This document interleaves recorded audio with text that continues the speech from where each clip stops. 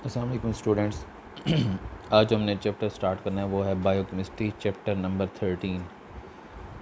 इसमें हमने ज़्यादातर बायो के बारे में और बायो का केमिस्ट्री से लिंक इसी के बारे में पढ़ना है, जैसे कि नाम से इंडिकेट हो रहा है। सबसे पहले हम इसका इंट्रो कर लेते हैं। कहते हैं बायोकेमिस्ट्री क्या होता है। कहते हैं biochemistry is the field that has a great importance today. It deals with the naturally occurring macromolecules such as carbohydrate, protein, lipid, nucleic acid and vitamins. Biochemistry बहुत बड़ी फील्ड है।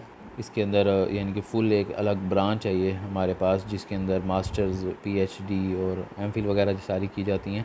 और इसके अलावा ये जो है, इसके अंदर हम क्या रीड करते हैं, ज़्यादातर कहते हैं मुख्तलिफ़ किस्म के मैक्रो यानी कि बड़े मॉलिक्यूल्स के बारे में हम रीड करते हैं, जिसमें क्या क्या शामिल है। कार्बोहाइड्रेट है, प्रोटीन है, लिपिड है, न्यूक्लिक एसिड और विटामिन। हम इस चैप्टर में भी यही जो 5 चीज़ें हैं, 5 हमारे पास मैक्रो मॉलिक्यूल्स हैं, यही हम पाँचों मॉलिक्यूल्स के मैक्रो मॉलिक्यूल्स के बारे में हम इस चैप्टर में बिल्कुल मामूली सा रीड करेंगे। कहते हैं these molecules are synthesised by living organism from the simple molecule present in the environment. ये मॉलिक्यूल बनते कैसे हैं, ये खुद बनाए जाते हैं, यानी कि हम खुद सिंथेसाइज करते हैं। इंसान भी, पौधे भी, जानवर भी इसको सिंथेसाइज करते हैं। कार्बोहाइड्रेट जैसे होते हैं सिंथेसाइज किए जाते हैं, और ये लिविंग ऑर्गेनिज्म यानी जानदार खुद इसको बनाते हैं। मैक्रो मॉलिक्यूल क्या होता है? Macro molecule are essential for us, they are reservoir of energy. क्या होता है? ये हमारे पास एनर्जी को स्टोर करने के लिए मैक्रो मॉलिक्यूल जो है हमारे लिए इस वजह से इसेंशियल हैं, हमारे लिए बहुत ज़रूरी हैं, क्योंकि ये एनर्जी को हमारे अंदर स्टोर करते हैं। यानी हम जो खाते पीते हैं, जैसे हम खाना वगैरह खाते हैं, तो इसके अंदर स्टार्च मौजूद होता है, कार्बोहाइड्रेट मौजूद होते हैं, वो हमें क्या एनर्जी प्रोवाइड करते हैं। For example carbohydrate we eat provide us energy, lipid are the major source of energy. Lipid से हमें एनर्जी का सोर्स, मुख्य सोर्स है एनर्जी का। They are stored in the body to provide emergency energy supplies. ठीक है, they help us to work during the tough times. Protein not only provide us energy, they help us stay strong by forming new bones and the muscle tissue. अभी protein का function बता रहा है। इसी तरह moreover protein protect us against the disease. Protein से हमें disease से भी बचाव होता है। Nucleic acid are responsible for the transmitting genetic information from generation to generation. Nucleic acid के ज़रिए हम जेनेटिक इंफॉर्मेशन या डीएनए और आरएनए एक जनरेशन से दूसरी जनरेशन में ट्रांसफ़र करते हैं। अब नेक्स्ट पेज पे आते हैं। तो जिस तरह से मैंने बताया था कि 5 मैक्रो मॉलिक्यूल हैं जो हमने इस चैप्टर में पढ़ने हैं। सबसे पहला हमारे पास है कार्बोहाइड्रेट। कार्बोहाइड्रेट क्या होते हैं, इसकी सबसे पहले डेफिनेशन नोट कर लें। ये डेफिनेशन है, कहते हैं carbohydrate are the macro molecule. पहले ही बताया हुआ था मैक्रो मॉलिक्यूल होते हैं डिफाइन एज पॉलीहाइड्रोक्सी एल्डिहाइड और ketone. They have general formula CnH2O/N। सबसे पहले तो हमें ये पता होना चाहिए कि हमें ये जो एल्डिहाइड और कीटोन क्या चीज़ होती हैं। ये किस्म के फंक्शनल ग्रुप होते हैं।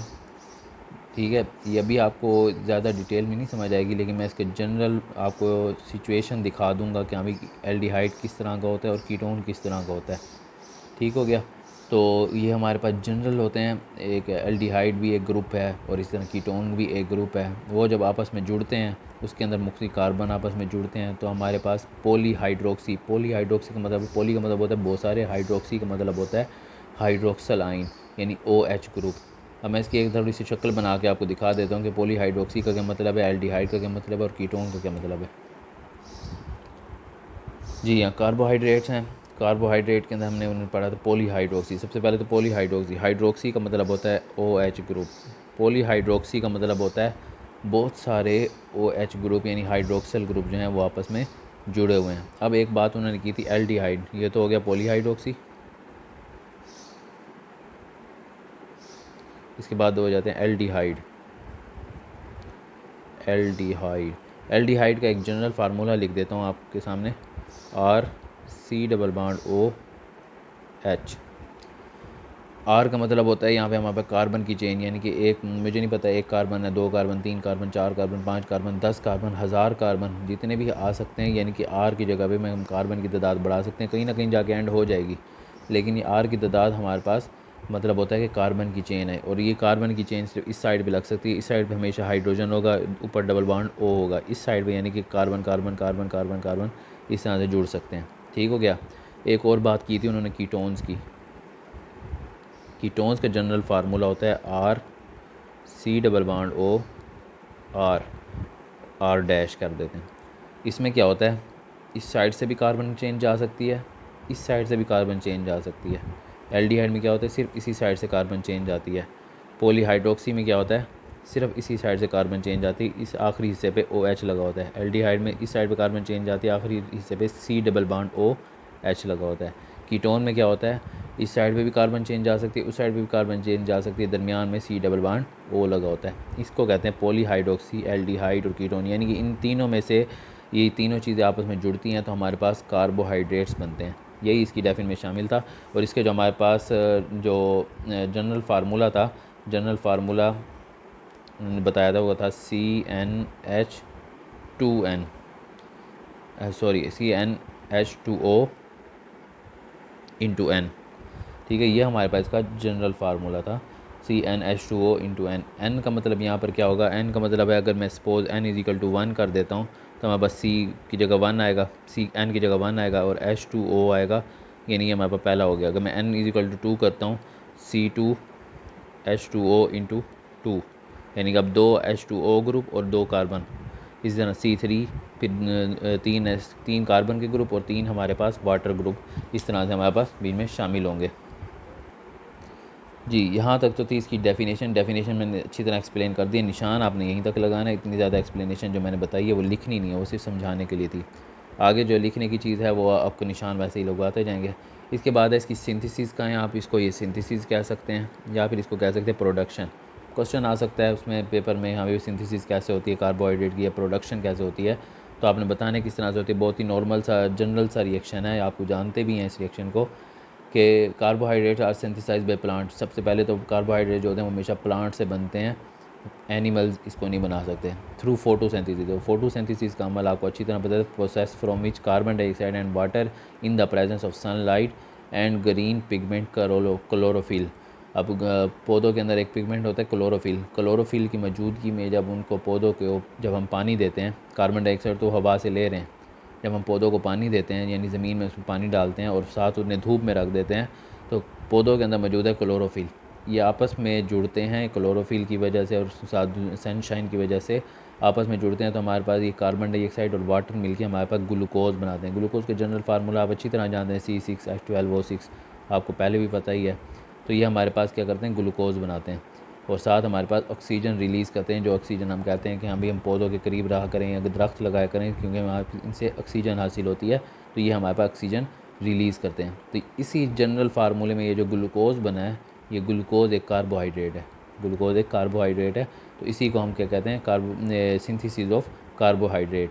यहाँ तक अगर कभी सिंथेसिस का कोई क्वेश्चन आता है तो यहाँ से यहाँ तक आपने इसको नोट करना है। इसके बाद इन्होंने बताया हुआ है इसके हमारे पास क्लासीफाई किस किस में किया हुआ है, यानी इसकी ब्रांचेस कौन कौन सी हैं, कार्बोहाइड्रेट कितनी किस्म के होते हैं। तो हमारे पास सबसे पहले है मोनोसैकेराइड, ओलिगोसैकेराइड, पॉलीसैकेराइड। अच्छा, सैकेराइड का मतलब ही जान लें, सैकेराइड का मतलब होता है शुगर्स, ठीक है। मोनोसैकेराइड में क्या होगी, ये सिंगल शुगर, मोनो का मतलब सिंगल, शुगर का मतलब सैकेराइड का मतलब शुगर। इधर रीड कर लेते हैं मोनोसैकेराइड क्या होते हैं। कहते हैं monosaccharide are the simplest sugar which can not be hydrolysed. Monosaccharide बिल्कुल सिंपलेस्ट शुगर हैं जो कि मज़ीद हमारे पास नहीं तोड़ी जाती हैं। अगर इनको तोड़ देंगे तो वो शुगर चेंज हो जाएगी, शुगर तब्दील हो जाएगी, ठीक है। जो मज़ीद हमारे पास हाइड्रोलाइज नहीं होती, इनको यानी कि इसके अंदर मज़ीद वाटर वगैरह ऐड नहीं कर सकते। They consist of 3 to 9 carbon atom. इसके अंदर कम से कम 3 कार्बन एटम होते हैं, ज़्यादा से ज़्यादा 9 कार्बन एटम होते हैं। अब देखें इसकी यहाँ पे एक एग्जांपल भी बनी हुई है, ये देखें 1 2 3 4 5 6 कार्बन एटम वाली बनी हुई है। इस तरह ये बनी हुई है 1 2 3 4 5 6 कार्बन, ठीक है। उन्होंने खुद ही बता रखा है 3 कार्बन वाले, 3 से कार्बन से लेके 9 कार्बन तक हमारे पास चेन होती है। तो therefore they are classified according to the number of carbon atom in their molecule. कहते हैं जब क्योंकि इसके अंदर 3 से 9 कार्बन एटम होते हैं तो इस वजह से इसी तरह से इनको क्लासीफाई किया गया। इसमें हमारे पास क्या क्या हो सकते हैं, ट्राइओस, टेट्रोस। ट्राइओस का मतलब 3 कार्बन वाले, टेट्रोस का मतलब 4 कार्बन वाले, पेंटोस का मतलब 5 कार्बन वाले, हेक्सोस का मतलब 6 कार्बन वाले, और ऐसे ही आगे जो 7वें 8वें 9वें ऐसे ही आगे चलते रहेंगे। अच्छा, यहाँ पे भी हमारे पास मोनोसेक्राइड की सिंपल सी डेफिनेशन आती है, तो आपने सिंपल सी डेफिनेशन में मोनोसेक्राइड के आपने डेफिनेशन यहाँ से स्टार्ट करनी है और यहाँ पर आपने एंड कर देनी है, ये डेफिनेशन के तौर पे। ये बात आगे आपने नोट नहीं करनी, लेकिन इसको समझना ज़रूरी है। कहते हैं the important monosaccharide are hexose like glucose and fructose. कहते हैं सबसे पहले सबसे इंपॉर्टेंट, जैसे ये पेंटोज के बाद हेक्सोज बता रहे थे, कहते हैं सबसे इंपॉर्टेंट जो हमारे पास मोनोसेक्राइड है वो हेक्सोज हैं। हेक्सोज में कौन कौन से लोग शामिल हैं? ग्लूकोज भी शामिल है, फ्रुक्टोज भी शामिल है। अब ग्लूकोज के बारे में थोड़ी डिटेल बता रहे हैं। कहते हैं glucose is a penta hydroxy aldehyde. अब देखें, मैंने थोड़ी देर पहले आपको बताया था एल्डिहाइड क्या होता है और कीटोन क्या होता है। इसको भी पढ़ लेते हैं आगे क्या लिखा, कहते हैं file fructose is a penta hydroxy ketone. ठीक है, अब क्या कह रहा है, हमने ऊपर डेफिनेशन थोड़ी सी दोबारा देखेंगे। लिखा हुआ था carbohydrate are the macro molecule define as polyhydroxy aldehyde और कीटोन। अब यहाँ ऊपर लिखा होता पॉलीहाइड्रोक्सी, मैंने कहा था बहुत सारे हाइड्रोक्सी यानी OH ग्रुप लगे हुए हो सकते हैं। अब देखें यहाँ डेफिनेशन, ग्लूकोज की डेफिनेशन में क्या कह रहा है, glucose is a penta hydroxy. Penta का मतलब 5 हाइड्रोक्सी लगे हुए होंगे और एल्डिहाइड ग्रुप लगा हुआ होगा। देखिए, मैंने हाइड्रोक्सी का फार्मूला भी बताया था, एल्डिहाइड का फार्मूला भी बताया था, यानी हमारे पास 5 हाइड्रोक्सी लगे हुए होंगे और एक एल्डिहाइड ग्रुप लगा होगा। ये उससे मिलके हमारे पास क्या बनेगा, ग्लूकोज। इसका फ्रुक्टोज कैसे बनेगा, fructose is a penta hydroxy ketone. एक तो हमारे पास इसमें पेंटा हाइड्रोक्सी यानी 5 हाइड्रोक्सी लगे होंगे और साथ कीटोन ग्रुप लगा हुआ होगा। और द ओपन चेन स्ट्रक्चर, उसकी ओपन चेन स्ट्रक्चर जो दिखाई गई है वो इस तरह से है। ये भी मैं आपको बना के दिखा देता हूँ जी। हमारे पास एक ग्लूकोज है और दूसरा हमारे पास फ्रुक्टोज। तो जो ग्लूकोज और फ्रुक्टोज, इनका जो जनरल फार्मूला है, जैसे वहाँ पे हम फोटोसिंथेसिस से इसको बना रहे थे, जनरल फार्मूला इसका था C6H12O6। इसका भी वही है और इसका भी वही है। जबकि इसकी जब हमने डेफिनेशन पढ़ी था वो कह रहा था हमें पेंटा हाइड्रोक्सी बनाओ और साथ हेक्सोज, यानी कि हमारे एक तो हेक्सोज शुगर है यानी इसमें 6 कार्बन होते हैं, पेंटा हाइड्रोक्सी है यानी इसमें 5 हाइड्रोक्सिल ग्रुप होते हैं और साथ एल्डिहाइड होता है। ठीक हो गया, 3 चीज़ें हम अपने फॉलो करनी है। एक हमारे पास हेक्सोज वाला काम शुरू करना है, हेक्सोज तो हमें वैसे ही पता चल रहा था कि इसके अंदर हमारे पास 6 कार्बन है, ये देखिए यहाँ 6 कार्बन लिखे हुए हैं, तो एक तो हेक्सोज वाला काम करना है।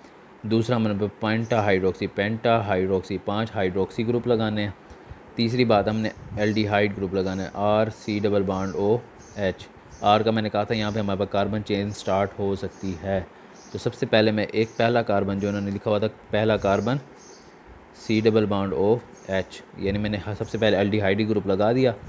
आर की जगह उन्होंने कहा था कि कार्बन चेन स्टार्ट हो सकती है और वो ख़ुद ही बता रहे हैं कि पेंटा हाइड्रोक्सी है और 6 कार्बन होने हैं, तो एक कार्बन लग गया, मैं दूसरा कार्बन लगाता हूँ, तीसरा, चौथा, पाँचवा और ये आखिरी में छठा। अब देखें, उन्होंने कहा था कि हेक्सोजीज होना चाहिए, हेक्सोजीज हमने बना दिया 1 2 3 4 5 6। उन्होंने कहा था ये एल्डिहाइड होना चाहिए, एल्डिहाइड ग्रुप भी लगा दिए C डबल बॉन्ड OH। बाकी रह गया हमारे पास पेंटा हाइड्रोक्सी लगाने का काम, यानी 5 हमने हाइड्रोक्सी ग्रुप लगाने हैं। तो 5 हाइड्रोक्सी ग्रुप कैसे लगेंगे, हमारे पास सबसे पहले हम इस कार्बन के साथ हम लगा देते हैं OH। ठीक है, एक हाइड्रोक्सी, ठीक हो गया, एक OH इस साइड पे लगाएंगे, दूसरा हाइड्रोक्सी ग्रुप, तीसरा हाइड्रोक्सी ग्रुप, चौथा हाइड्रोक्सी ग्रुप और साथ हमारे पास यहाँ पर आ जाएगा 5वां हाइड्रोक्सी ग्रुप। ठीक हो गया। अब बाकी जो कुछ रह गया वहाँ पर हम लगाएंगे हाइड्रोजन। हमने कार्बन की वैलेंसी होती है हमेशा 4, यानी कार्बन ने 4 बॉन्ड बनाने होते हैं। इधर देखें, इस कार्बन ने 1 2 3 ये 4 बनाए हुए हैं बॉन्ड। इस कार्बन को देखें 1 2 3, चौथा बॉन्ड नहीं बना हुआ, तो मैं इसका चौथा बॉन्ड बना के साथ हाइड्रोजन लगा दूंगा। इस कार्बन को देखें 1 2 3 बने हुए, चौथा बॉन्ड नहीं बना हुआ, तो हम यहाँ पे चौथा बॉन्ड बना के हाइड्रोजन लगा देते हैं। इस कार्बन को देखें 1 2 3, इसके साथ भी एक हाइड्रोजन आ जाएगा एक बॉन्ड लगा के। इसी तरह से ही इस कार्बन को देखें, इसके साथ भी एक हाइड्रोजन आ जाएगा। इस कार्बन को देखें तो इसने 2 बॉन्ड बनाए हुए हैं, 2 रहते हैं, तो इसका मतलब ये हो गया हमारे पास यहाँ पे बाकी H2 रहता है। तो हम यहाँ पे क्या करते हैं, इसको CH2OH, ठीक है, हम साइड पे बॉन्ड नहीं बनाते हैं, ये पे हम चेन को क्लोज करना है, CH2OH कर देते हैं, यानी 2 हाइड्रोजन लगा दिए, हाइड्रोक्सी वैसे ही लगा हुआ है। ये हो गया हमारे पास 1 2 3 4 5 पेंटा हाइड्रोक्सी, हेक्सोजी शुगर है, पेंटा हाइड्रोक्सी और एल्डिहाइड ऊपर लगा हुआ है। ठीक हो गया। इसके बाद अब आ जाते हैं फ्रुक्टोज़। फ्रुक्टोज़ का भी मैंने आपको जनरल फार्मूला बताया था। इसमें पहले मैं इसकी बता दूं क्या क्या कंडीशन होगी। इसके अंदर सबसे पहले उन्होंने कहा था कीटोन ग्रुप होना चाहिए, RC+O, R, एक तो कीटोन ग्रुप होना चाहिए। दूसरी बात है ये भी हेक्सोज़ है, हेक्सोज़ यानी 6 कार्बन हमने पूरे करने।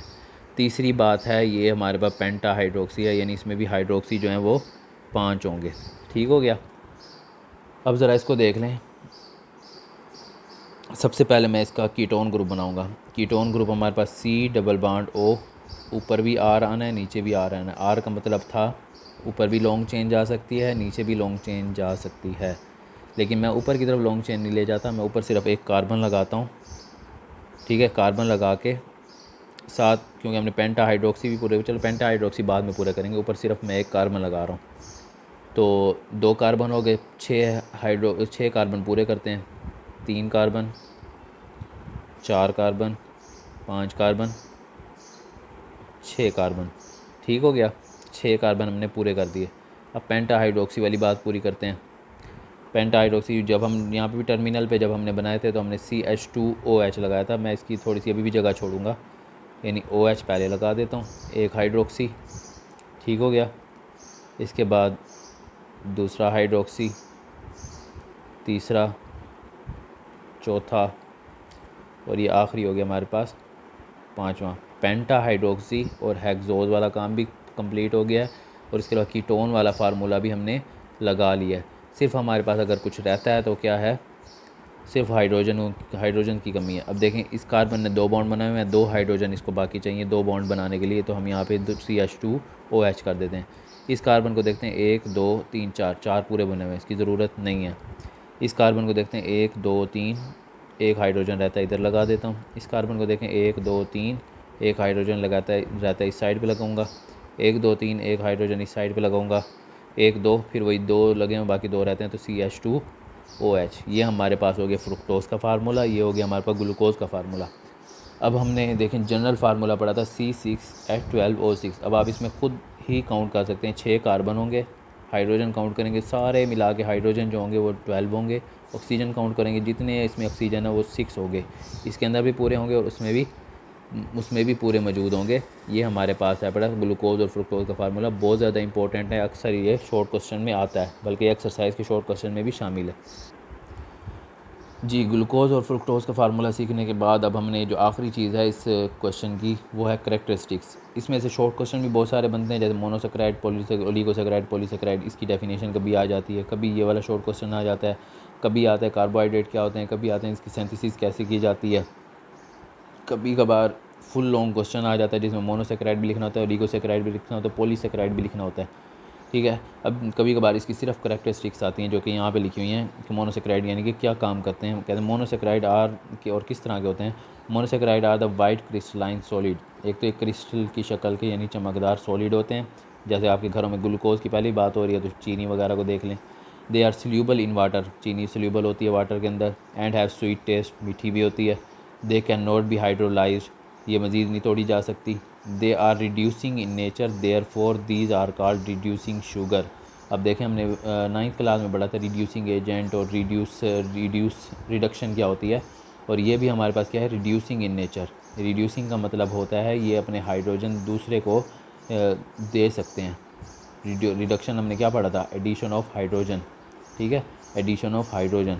तो जब एडिशन ऑफ हाइड्रोजन हो जाती है इसमें, यानी कि रिडक्शन वगैरह कर सकते हैं, इस वजह से इनको रिड्यूसिंग शुगर कहा जाता है। ठीक है, बस फ़िलहाल हमने यहीं तक करना है। इसकी करेक्टरिस्टिक्स हैं, इसका फार्मूला है, किस तरह से ग्लूकोज और फ्रुक्टोज बनते हैं, मोनोसेक्राइड का फार्मूला है, उसमें कितने एलिमेंट्स होते हैं, इसकी कौन कौन सी ब्रांचेज़ हैं, इसके अलावा ये सिंथेसाइज कैसे होते हैं और इसकी डेफिनेशन क्या है। ठीक है, ये हमारे पास पूरा कार्बोहाइड्रेट का भी फ़िलहाल मोनोसेक्राइड पड़ा है, बाकी ओलिगोसेक्राइड और पॉलीसेक्राइड हम नेक्स्ट पढ़ेंगे।